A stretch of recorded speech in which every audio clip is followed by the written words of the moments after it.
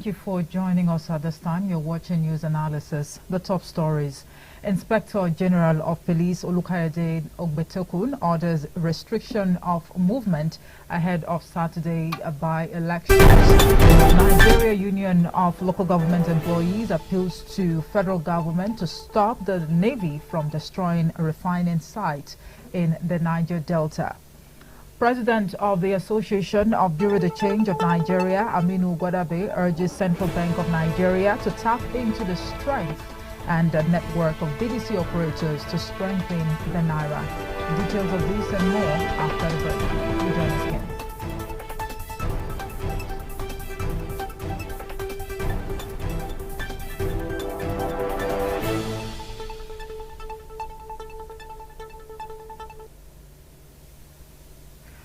Thank you very much for joining us. I am Omoy Fipis Ostemere. The Inspector General of Police, Olukayode Ogbetokun, has ordered the restriction of vehicular movement on roads, waterways, airspaces, and other forms of transportation from 12 a.m. to 6 p.m. in the 26 states where the Independent National Electoral Commission, INEC, will be holding by-elections on Saturday. He also warned troublemakers to stay away from the exercise. This was disclosed in a statement by the Force Public Relations Officer Olumoyiwa Adejobi. The IG said the restriction order would not affect persons on essential duties such as INEC officials, electoral observers, accredited voters, accredited journalists, and observers, both foreign and domestic. The restriction order would also not affect drivers of ambulances responding to medical emergencies and firefighters, among others. The state where the by-elections are holding are Ebonyi, Yobe, Kebbi, Lagos, Ondo, Taraba, Benue, Borno, Kaduna, Plateau, Akwa Ibom, Anambra, Cross River, Delta, Enugu, Jigawa, Katsina, Adamawa, Bauchi, Bayelsa, Kano, Nasarawa, Niger, Oyo, Sokoto, and Zamfara. Now let's move on to other matters where the federal government has warned state and local government to steer clear of the collection of royalties and taxes from licensed miners operating in their domains. The Minister of Solid Minerals Development, Dele Alake, who gave the warning in Kaduna, also said miners and operators owe the federal government more than 2 trillion naira. Alake, who was however represented by the acting zonal mines officer, Northwest Zonal Office, Kutman Ali, met with members of the licensed miners holders, laterite and sand operators dealers in Kaduna. While explaining that the purpose of the meeting was to unveil the ministry's plan for miners and operators for 2024, the minister said in Kaduna alone, miners and operators owed the federal government over 300 billion naira. In the meantime, the Nigeria Union of Local Government Employees has appealed to the federal government to stop the Navy from destroying refining sites which are tagged illegal in the Niger Delta. NOGE President Ambali Olatunji made the call at a press conference to mark the end of its National Executive Council meeting in Abuja. Olatunji said NOGE's position was that President Bola Tinubu should prevail on the Nigerian Navy to stop destroying refining sites in the Niger Delta region. Olatunji also called on the federal government to consider licensing more modular refineries that have the capacity to refine crude oil. Now, governors elected on the platform of the People's Democratic Party have lamented the security challenges facing the country, indicating that for the nation to overcome the problem, the present police structure must be decentralized to give way to the establishment of state police across the country. The PDP governors spoke in Jos, Plateau State yesterday when they visited the state governor, Caleb Mutfwang, at the Rayfield Government House. The visit follows the series of attacks and killings by gunmen in the state, which had reportedly claimed over 200 lives in the past months, with properties worth millions of naira destroyed in various communities of the state. Chairman of the PDP Governors Forum, who is also the Bauchi State Governor, Bala Muhammad, told the state governor that Members of the forum were in the state to commiserate with him and the people of Plateau over the security challenges being experienced. Mohammed said that the PDP governors would continue to stand by him to enable him overcome the situation. Right, you're watching news analysis live on Politics and Business Television. Still to come, federal government calls on relevant stakeholders to make concerted efforts towards ending drug abuse among youth in the country. Details of this and more after the break. Do join us again.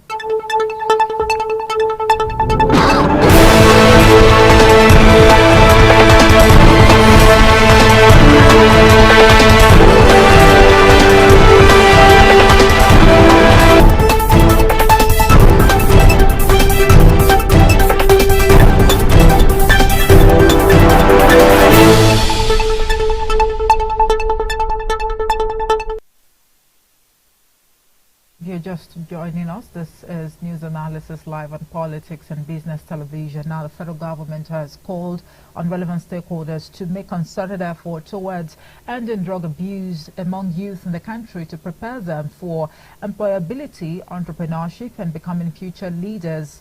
The Minister of State in the Ministry of Youth Development, Ayodele Olawande, made the call during a working visit to the United Nations Office on Drugs and Crime, UNODC, in Abuja.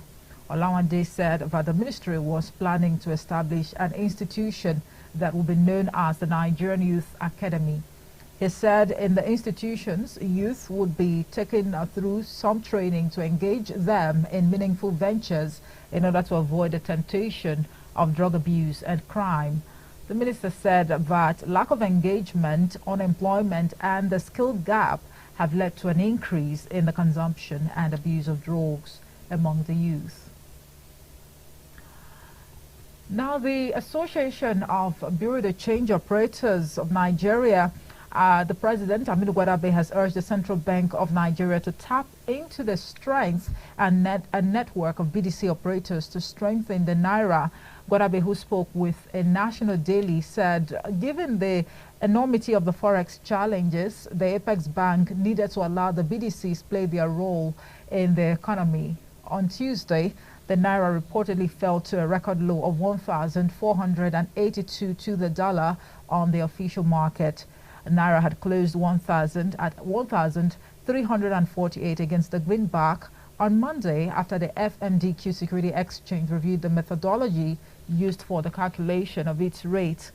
This followed a CBN circular to banks on financial market price transparency, warning them against engaging in sharp practices. Meanwhile, Gwadabe added that the association had nothing with the BDCs who shut down their operations in Abuja yesterday, citing high forex rates. He also denied reports that the government shut down their operations.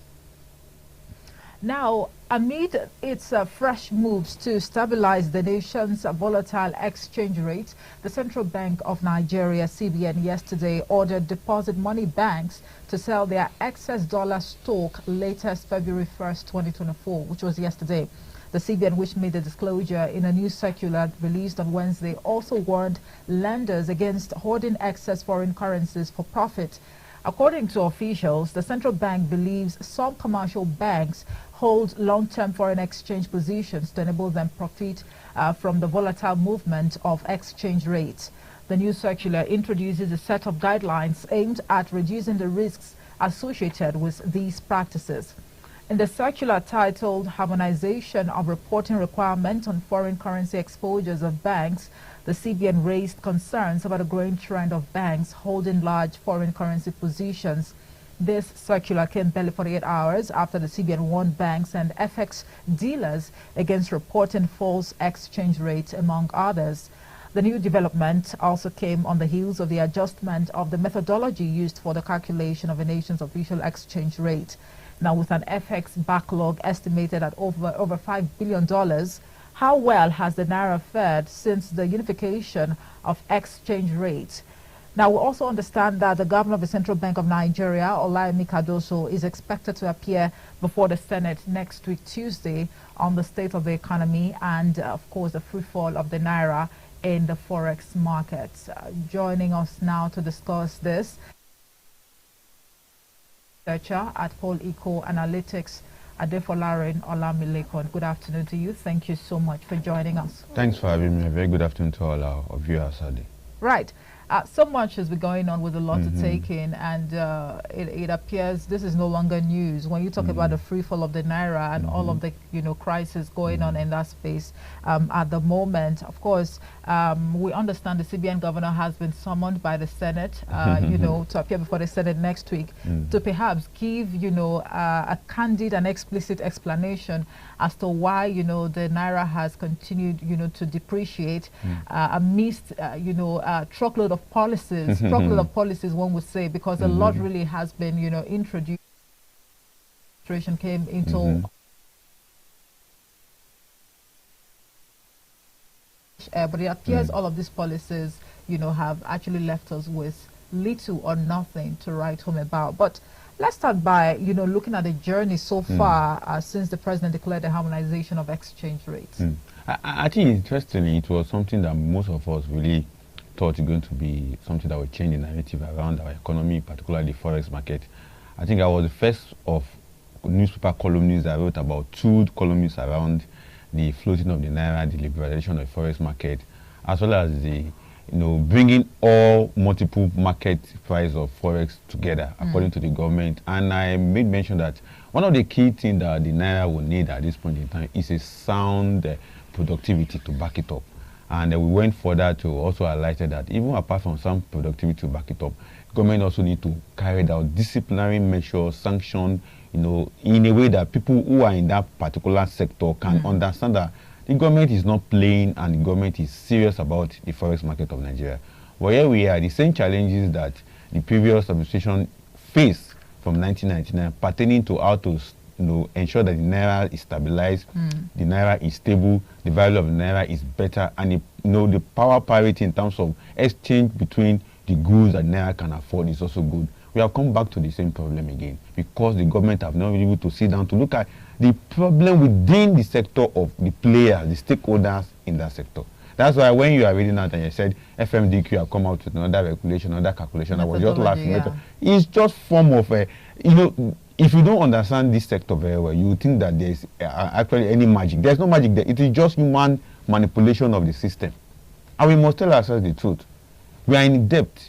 CBN is in debt. So how will they pay back their debt? The government is securitizing its revenue for some years to come. It's selling bonds paper, it's selling treasury paper. So how will you be able to cater for all those money that is coming in through loans and the rest of it? So it is the only way to survive is to ensure that Naira to dollar exchange rate is taking up high.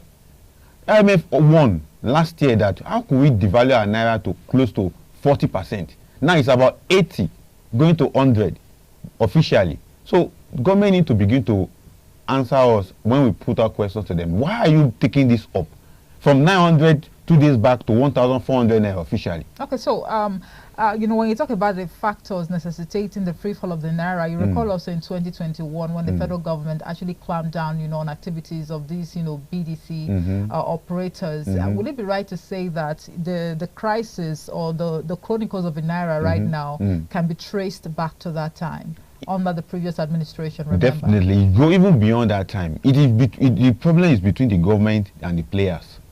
The government devalue officially, technically. The players take advantage of the devaluation, owe the money. Who are the players? Are they not also in government? They are also in government. When we say the players now, we are talking about the banks, we are talking about the BDC, we are talking about the exporter, the importers, we are talking about Nigerians who travel abroad, we are also talking about Nigerians who are interested in this forex trading. They are the players. Now the regulator is the government.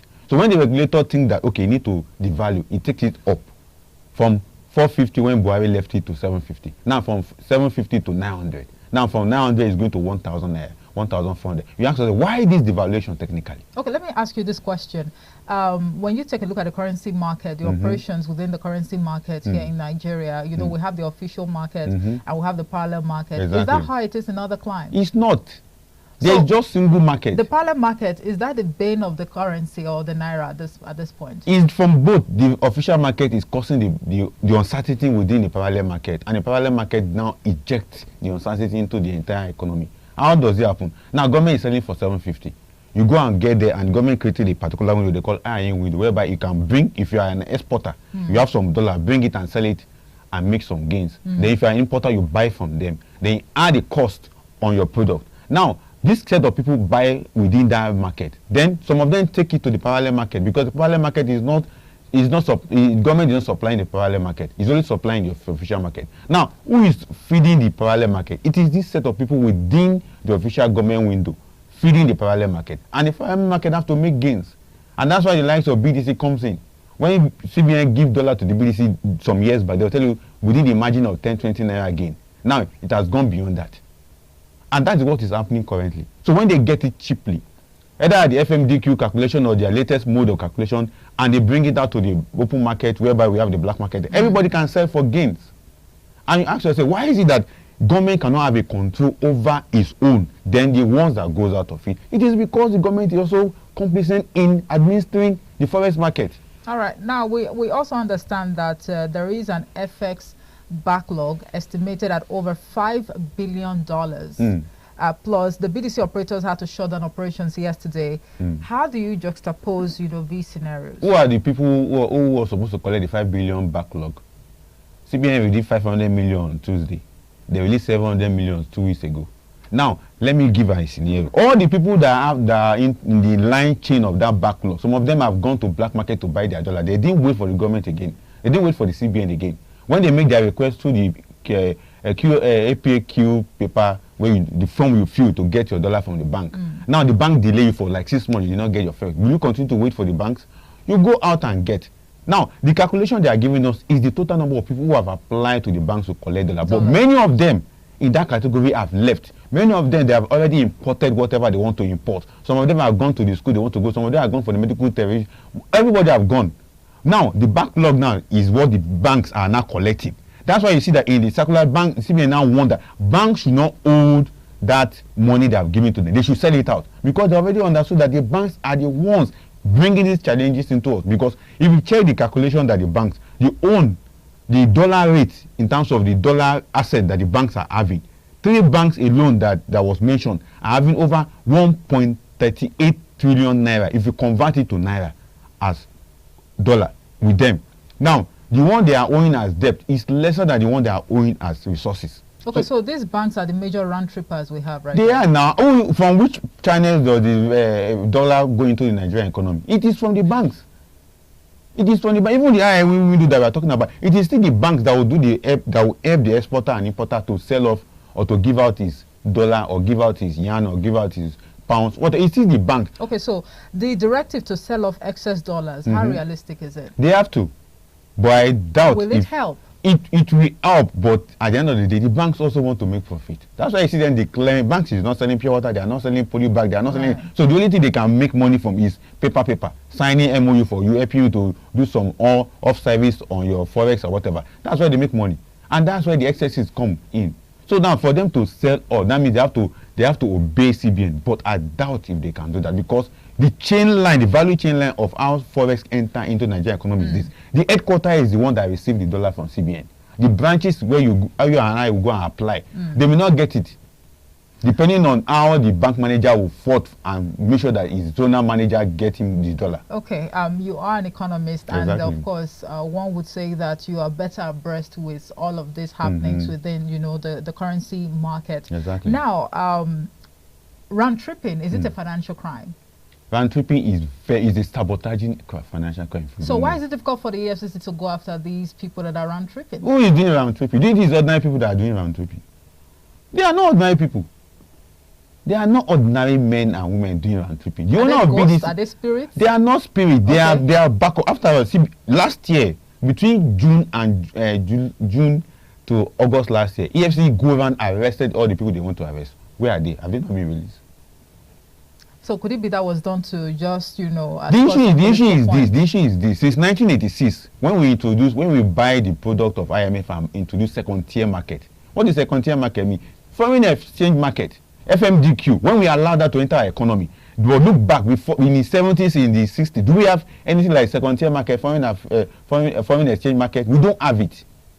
CBN conduct all the exchanges by himself, for himself, regulated. But when we now introduce second-tier market, we now say, okay, local players, private players can come into it, you can buy dollar, you can exchange. Then we now see cause more damages to ourselves. Like in the early 2000s, we now allow some international paying system to now say that, okay, through the Nigerian bank, if your friend or your brother send you dollar, you can collect physical cash dollar. Then that was when we now destroy the forex market in Nigeria, whereby people now have the opportunity that if somebody send me dollar, I can go to the bank and collect the dollar instead of collecting a Naira equivalent of it. And then you collect it and hold it. And hold it. That's how we destroy. And start, speculating. Speculating and on then it. creating unnecessary. Fear. And a lot of people are benefiting from it. And it's a web that is like an octopus. They have different legs. Maybe you and I, we don't know who's our friend that's benefiting from it. Like one air hostess told me that he has a friend that is going to buy dollar. Buy dollar to do what? That's where the challenge lies.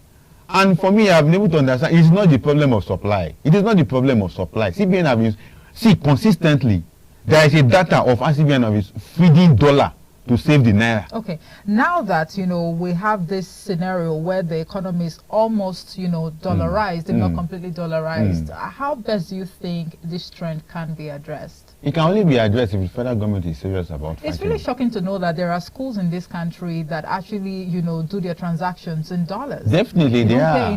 But what is going on? It will go on because the people whose students attend there are in the political class, they are in the economic class, they are the first class citizens that you can consider in this country. They don't care.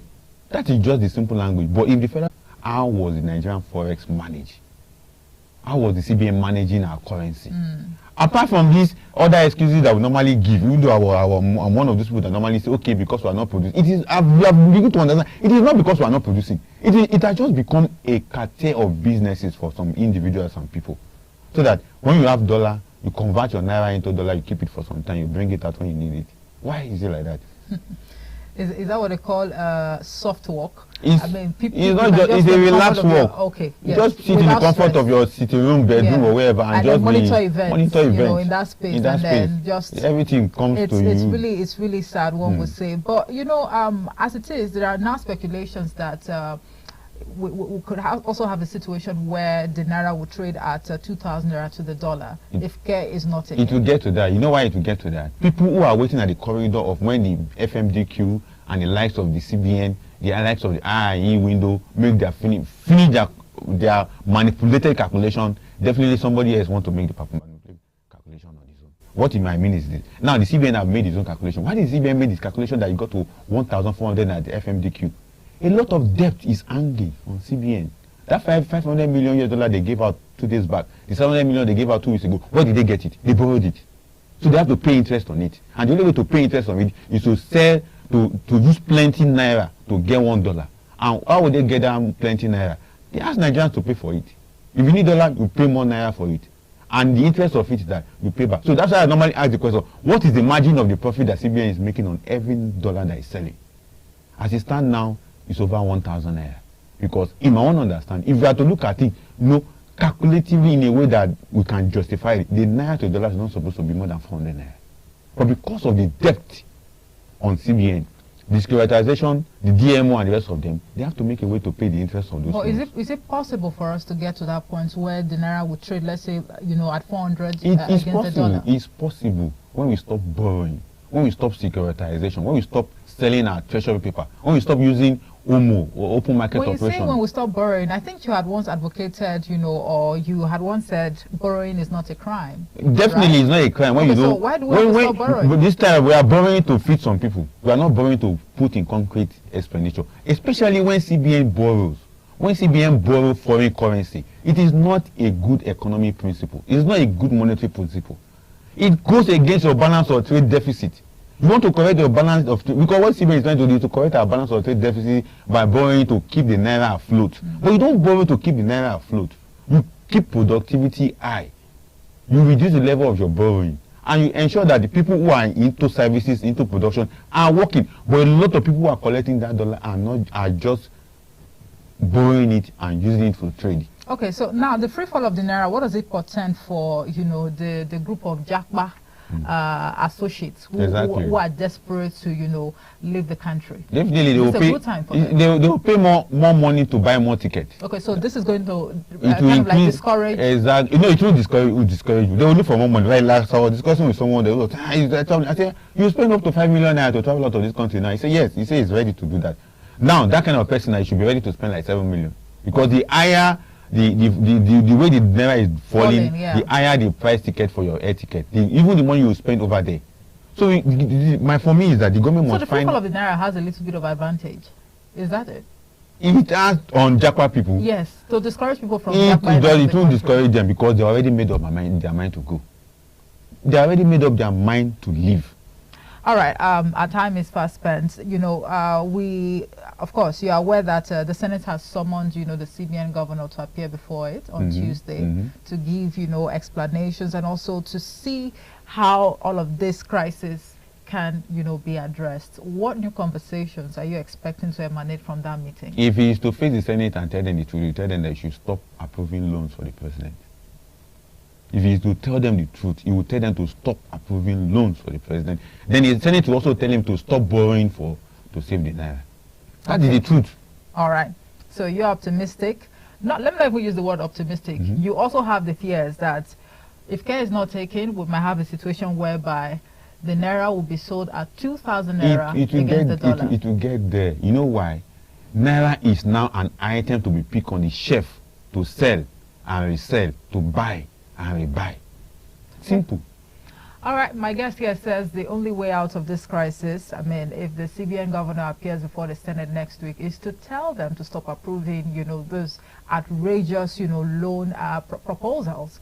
But let's see how this will go. We keep our fingers crossed and also monitor events as they unfold. Hopefully after the meeting, of the CBN governor, of course, before the Senate next Tuesday, we hope to get more updates and come back here to analyze these issues. But if you are amongst the round trippers in the country, I think it's about time for you to stop because as citizens, we must be patriotic. The free fall of the Naira would actually portend, more harm, not just for the economy, but for our well-being in the long run. Adefolari Olamilekon is an economist and also lead researcher at Politics. Thank you so much for talking to us. Thanks for having me. And that's it for news analysis today. Thank you so much for watching. I am Omo Peace Ostemere. Good afternoon.